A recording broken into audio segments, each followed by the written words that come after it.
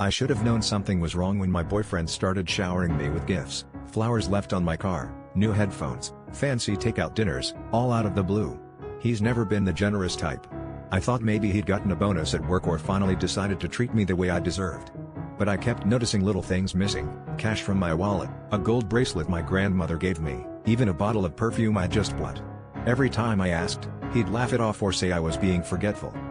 The truth hit me hard and fast one Friday afternoon at work, when my boss strutted into the office wearing my lost bracelet, her wrist flicking with that same careless confidence I'd always hated. She caught my stare, smirked, and told me it was a gift from a close friend. My heart dropped. I remembered the way she looked at my boyfriend at last month's office party, how they'd disappeared together for a smoke break that lasted half an hour. Suddenly, all the puzzle pieces locked into place. I confronted him that night, shaking with rage and confusion. He didn't even try to deny it. He said he needed money, that he was helping us both by getting close to her, insinuating that he was doing me a favor by keeping my boss on my side. The betrayal was staggering, not just because he was cheating, but because he'd sold off pieces of my life to keep her happy, while pretending it was all for me. The worst part was realizing how easily he'd lied, how willing he was to make me the fool.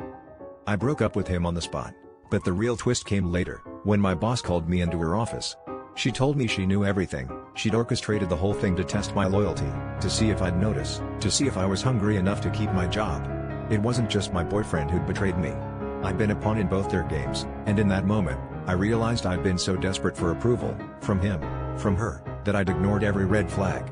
The hardest betrayal was my own, letting myself believe I was loved when I was only being used.